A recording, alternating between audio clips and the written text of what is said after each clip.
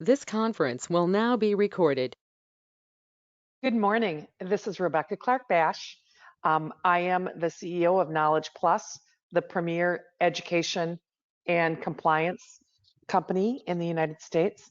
I am registered in EEG, Evoke Potentials, CNAM, CLTM, and also I am a fellow of the ASNM and a fellow of ASSET.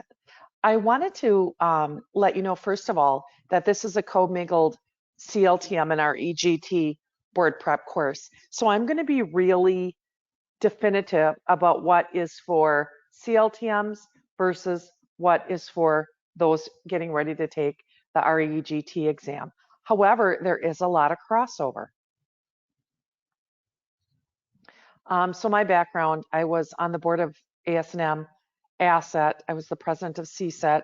I was the first technician on the ASNM board and the first technician to be awarded fellowship status of the ASNM. I really like to have fun, and I so apologize that I can't have you in person taking this class because it would be so much more exciting.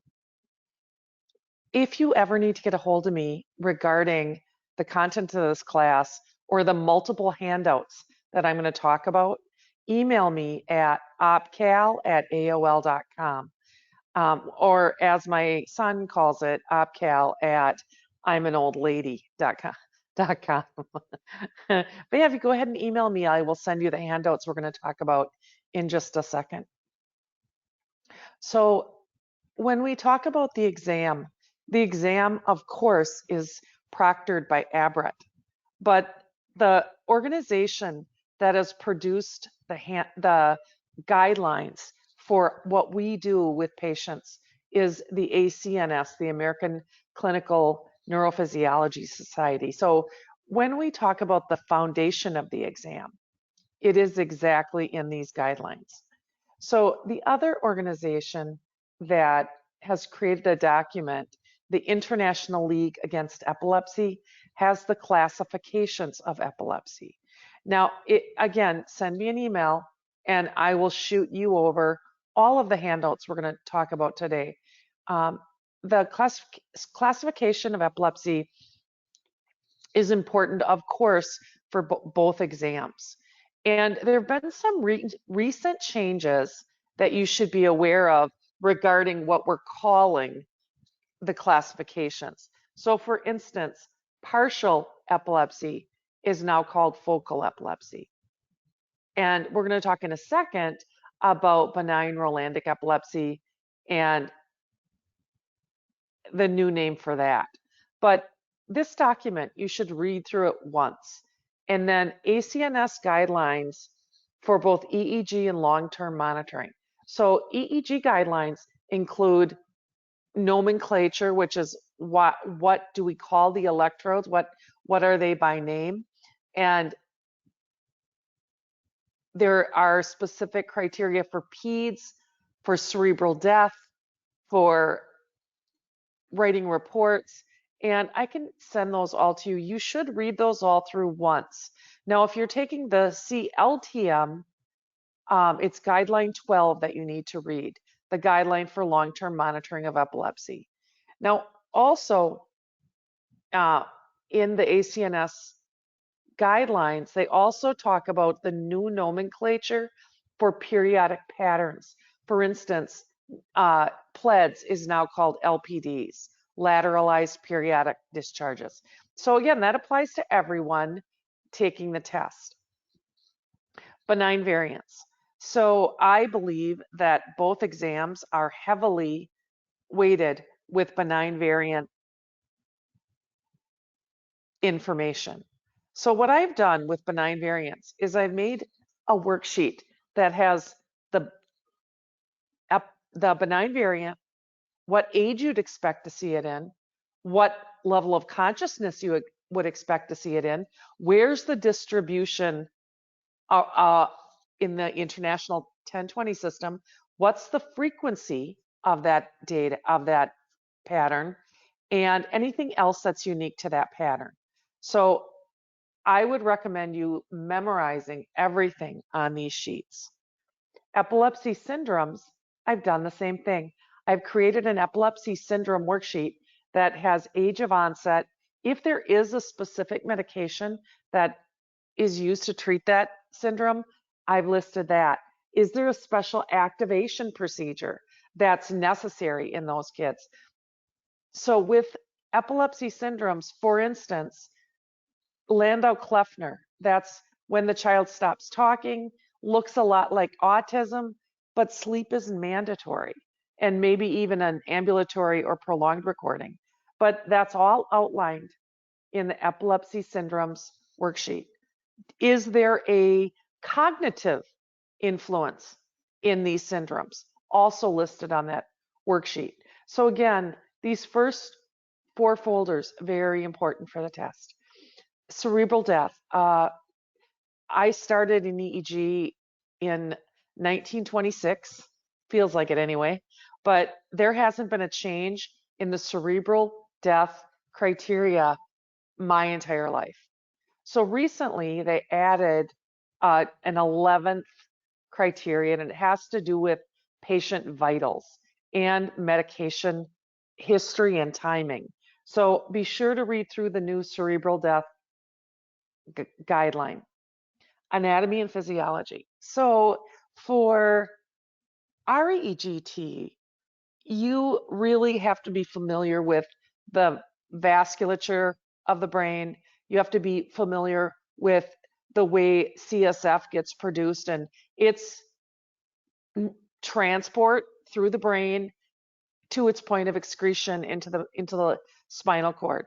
So that's critical, and I can send you some backup handouts for that. There's also an incredible article called The Origins of EEG. And that doesn't talk about who is Hans Berger. It talks about how it comes to pass that a neurophysiologic event produces activity, produces neuroactivity. So it's a great article and I think really helpful. Medications, of course, for both exams, you have to be familiar with medication of choice, also called first line agent for each of the different types of epilepsy and epilepsy syndromes. And I have some references I can send you for that. Infection control. Right now it's March 2020. Asset has just released a brand new infection control article.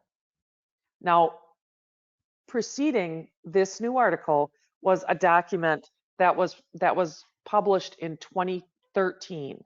It's important for you to know, if you're sitting for the exam in 2020, you must study the 2013 document. If, however, you're going to sit for the test in 2021, it's critical to study the brand new 2020 article. Neonatal and pediatric EEG. Both exams are heavy on neonate. And when we talk about writing exam questions, it's easiest to write questions that involve numbers. So when we talk about trace alternate, trace discontinua, delta brushes, what is the age of onset and the age at which they should disappear? That's really important. And overall, for the entire group of exams, when you look at a number, a numeric value, it's as important to memorize the number as well as the unit. Is it milliamps? Is it microvolts? Is it weeks conceptual age? Is it weeks gestational age? Very important, very important. In addition, it's important to memorize the reference value. So for instance, there's a basic edict that in the guidelines that says your amplifier input impedance should be greater than 100 megaohms. And for that answer, they might have megohms, they might have microvolts, they might have hertz. So pay attention to numeric value, unit, and then reference value. SDS sheets. SDS sheets are the material safety data sheets. So if I'm going to be using collodion or acetone or sodium hypochlorite, which is bleach, do I have to wear gloves? Do I have to wear a face shield? Do I have to wear a mask? What do I have to wear? And by the way, I know it's not common in every single lab, but when you're cleaning electrodes, you have to wear all of that. Gloves, face shield, mask. HIPAA. Of course, they're going to have just a couple questions on HIPAA having to do with written authorization to release medical records. I don't think you need any more education on that, as hospitals do such a great job of training people on HIPAA. Knowledge Plus Seizure Focus Game. So this is a tool I designed that has an 8x10 picture of the International 1020 system. And then I created little body parts that you can cut up of the face, the hands, vision, and it allows you to take those body parts and place them over the electrodes where you would expect to see the focus if the patient were having a seizure with manifestations in that area. So for instance, right arm and hand tonic movement, that would be left C3. But I can send you that game and the answers to that game. National Patient Safety Goals. That's talking about ensuring that the correct procedure is done on the correct patient on the correct side. So it's saying, is this the correct patient? Is this the correct surgery? Is this the correct side of surgery? And you should read through that once. I have some book recommendations for CLTM, which I'll talk about in just a second. I can also send you guys the candidate handbook, although it's best if you download it from the ABRET site because it'll be the latest and greatest.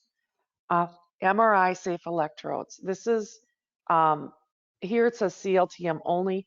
I believe you should know it as well for the REGT. So there are different terms that we use to describe when an item is safe to be used in the MRI suite.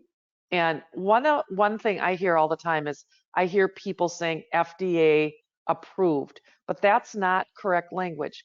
The correct language is MRI conditional. And the word conditional means it's conditioned to the strength of the magnet. So 1.5 Tesla, 3 Tesla, 7 Tesla, these are all the electrodes are conditioned to a specific size magnet. So again, just that term, MRI conditional. Special electrodes. Now this is only for CLTM, and it talks about a lot of invasive electrodes that aren't so much used anymore, like sphenoidals, nasopharyngals, foramen ovale electrodes, and those are all testable on the CLTM exam. Math for the EEG exam. I think the most common comment I hear in class is I hate math. And I hate math too.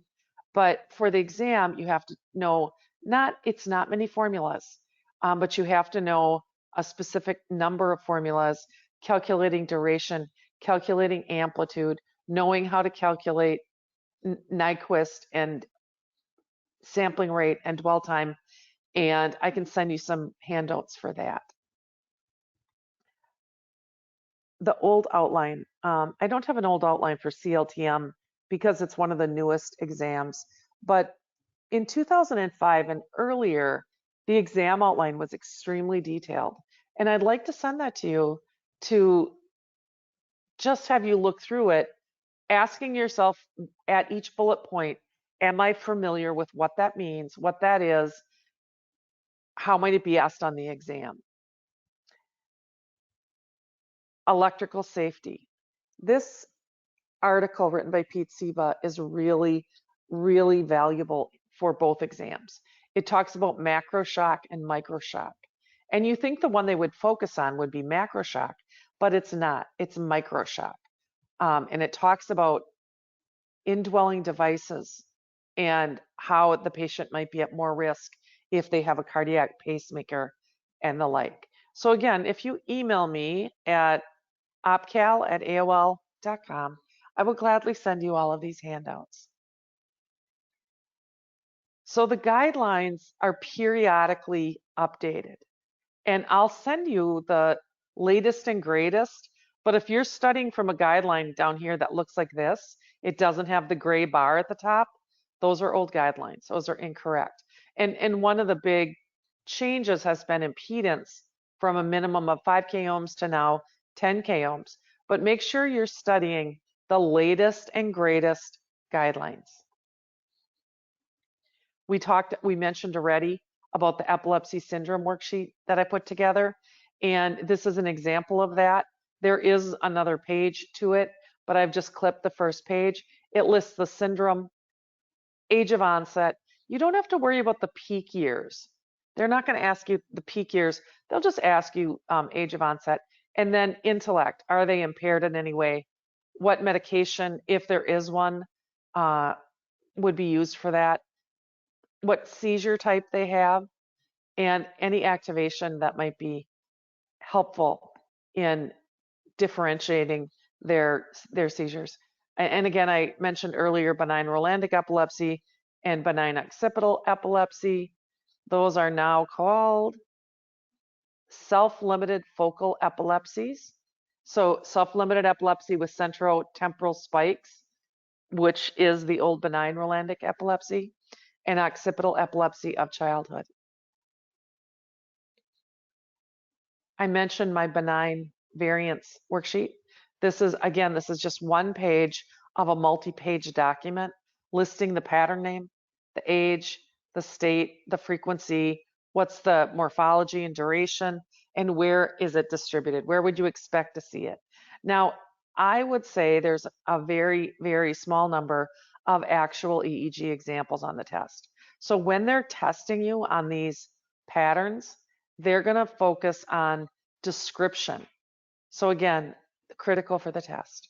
Both REGT and CLTM. So guidelines for cerebral death, it's always been 10. Now it's 11 because they've added that you must document medication, core temperature. If there is any iatrogenic hypothermia, that's induced hypothermia, blood pressure, O2 sats, hypotension, hypoxia. This all must be documented. So again, just to reiterate, if you're taking the test this year in 2020, you will use the 2013 document written by Nancy Scott for infection control studying. If you are taking it 2021, you'll use the updated document that was just released this month. So a good place to start is to read all the guidelines, print your worksheets and memorize your normal variants, your epilepsy syndromes, your epilepsy seizure focus game, and the neonate worksheet. I would read through one time the infection control document, electrical safety by Pete Seba, the International League Against Epilepsy classification of seizure, and your material safety data sheets. I'm not really here to tell you how to do testing or how to work with your patient.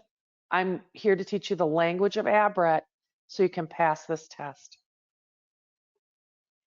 If you would like, periodically, I do free little mini power sessions that usually are because a student called me and said, Rebecca, I don't get math. I don't get the math of EEG. And then I'll do a power session.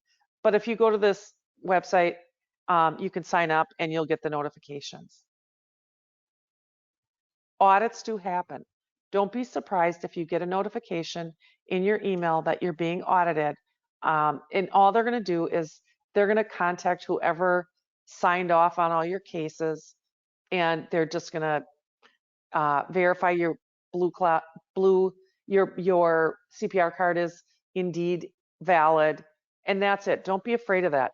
I think it's something like 15% of all candidates are audited, and it's an outside company, so it's not like it's somebody that knows you or flags your case. It's just a randomized audit.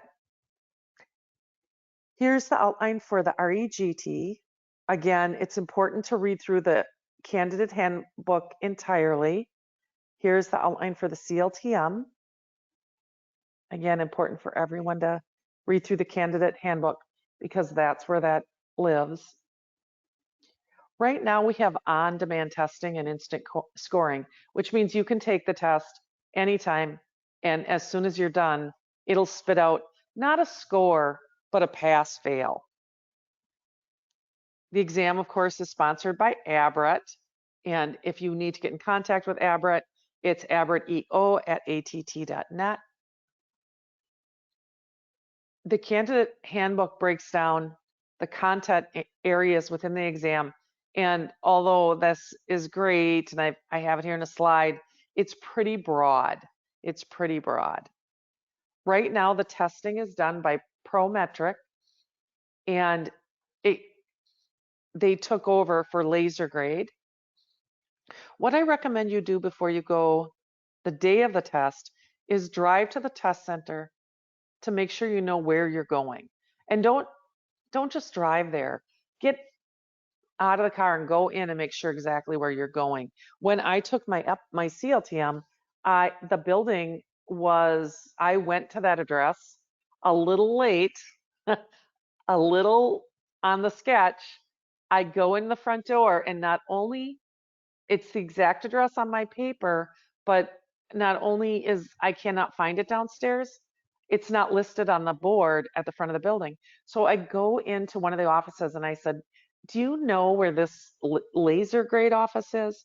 And they said, yeah, you go out back, there's a stairway, and they're upstairs, but unlabeled, nothing to tell me it was there. So drive to the test center and go in. You're going to be asked to remove all outerwear to include hoodies. So if you tend to run cold, like I think a lot of people do with our over air conditioned world, know that if you have a sweatshirt, a hoodie on, but nothing underneath, you can keep it on. But if you have a t-shirt on and a hoodie, they're going to have you take the hoodie off. They should at most test centers have earplugs, but they didn't have them at my center. I also recommend you take the test Monday through Friday and not on Saturday, because ABRET isn't in the office on Saturday. So if they fail to give you anything that you need, you can call them and say, can you give me a hand here getting what I need? Bring earplugs. My center didn't have them. So bring into the test center your car keys, your ABRET confirmation letter, your driver's license, and your tape measure with millimeters markings. You have 4 hours to complete it. I know a lot of people who've stayed in that room for 4 hours, not that they necessarily needed 4 hours, but they just kept going over the exam. But don't worry about the time, because most folks don't use more than 3 hours. So don't worry about, don't let that monkey crawl on your back. So here are some sample questions from the REGT handbook, which is available for download free from the ABRET website. Time constant versus low filter. So I know most of you have experience with only one of these. So if you have neon coding equipment, it's time constant. If you have any other equipment, it's low filter. But you have to be familiar with both. So if you want to enhance slowing, if you want to enhance a slow wave focus, and they're giving you the option in seconds, that's time constant, you will pick one. So pick the biggest number, 1 or less, in seconds. If the answer is given in hertz, you'll pick the smallest number. So they're opposite one another. So if they're asking me, what's the best low filter to enhance slowing in time second, it's 1. If they ask me in low filter, it's 0.3 or 0.1. Whatever is the smallest, that's what I would pick. Now, if you want to attenuate is a popular word on the exam where they talk about reducing amplitude, reducing slowing.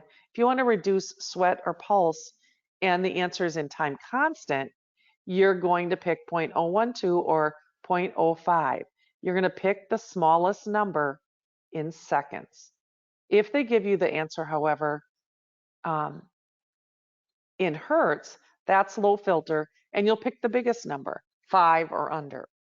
For slowing, anytime there's a question about optimizing or minimizing slow waves, 15 hertz, 35 hertz, and 70 hertz are never the answer. Here are the questions from the candidate handbook for CLTM, again, downloadable at abret.org.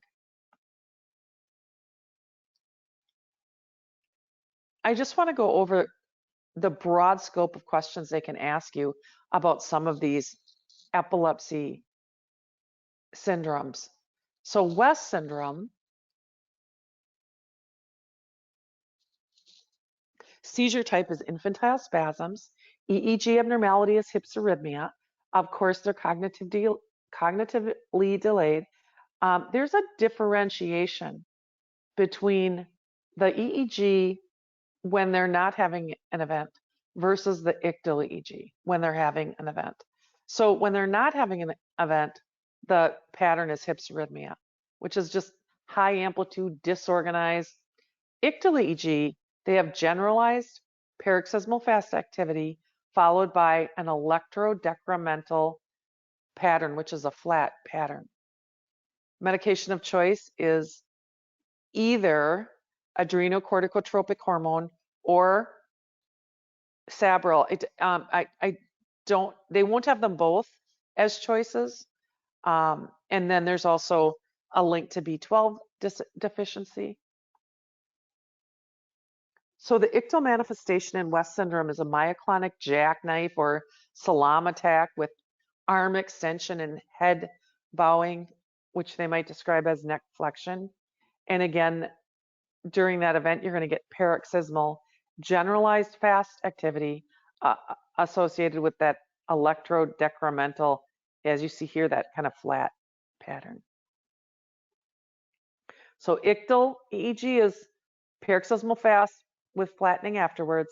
Interictal is just this high amplitude chaos.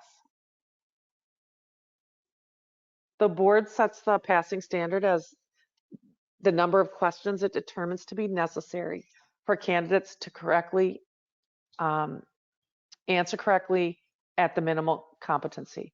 So we don't have an exact number from ABRET for what score you have to get. What I recommend you do is bring all of your study materials with you in the car when you go to take your exam. And if you do fail, and you'll know that right away, before you put your keys in the ignition, go through your study materials and mark everything you remember. This is going to help you study next time around.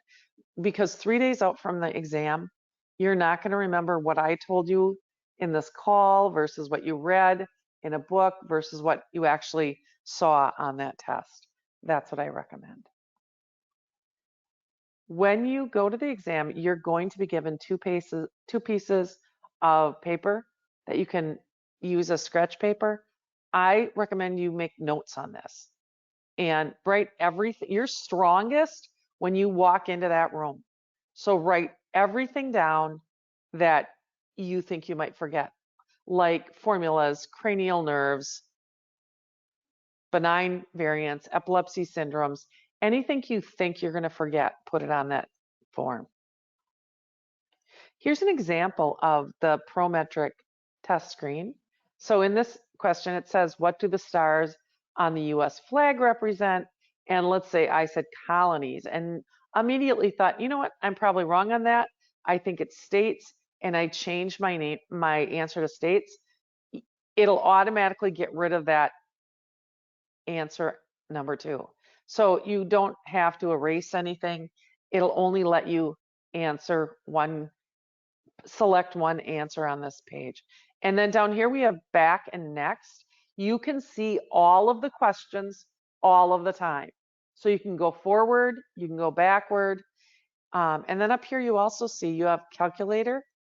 Mark says, oh, I don't really know the answer. I want to mark this question. And you can answer it and mark it, or leave it blank and mark it.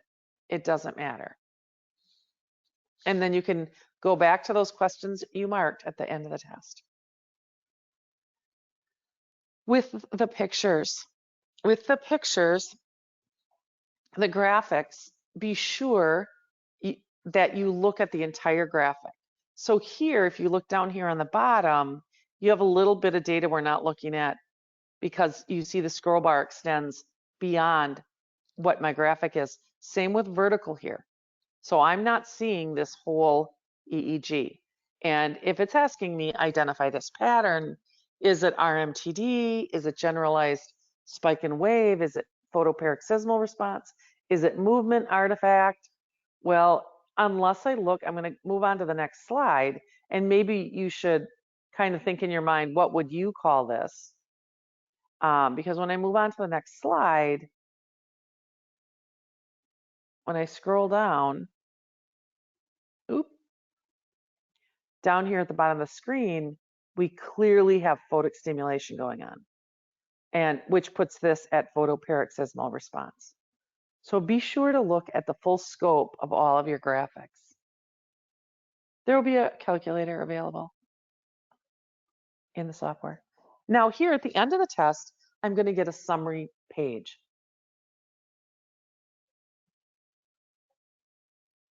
And on the summary page, it will either have a red U, a green A.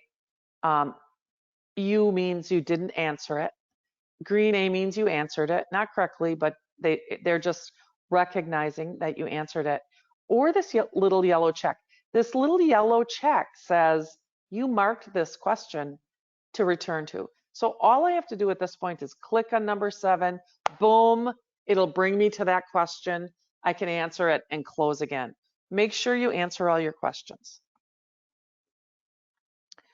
So I believe one of the very best resources for the test are the ASAP modules by ABRET. They're $69.99 a month for that 1 month access, or $154.97 for 3-month access. So it's, I think, reasonable. I would take it now, buy it once, take it now, see where I'm at, and then after my studying is done and I'm ready to take my test by 2 weeks or so, I would take it again.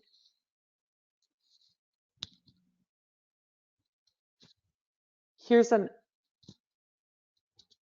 example of the summary screen for the REGT exam.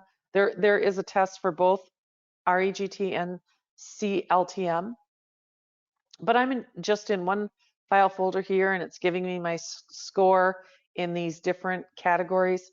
But this will really help you focus your studying on the things that you're weak in. There's also a flashcard set for both EEG and and CLTM from Asset, and other select reprints, which you'll find in your handout. Test taking 101. So when you go to take the ABRET exam, every question has 4 options, A, B, C, D.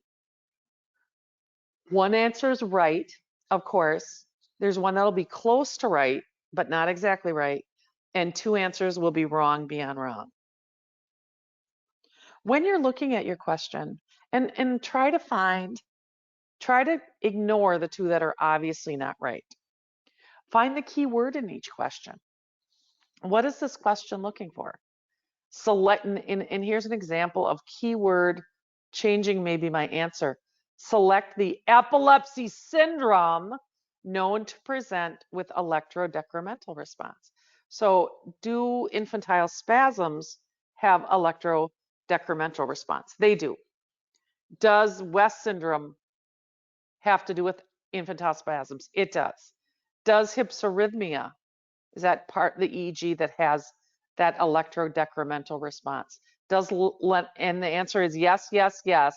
All A, B, and C, all are applicable, but only one is the answer because only one is an epilepsy syndrome, and that would be B, West syndrome.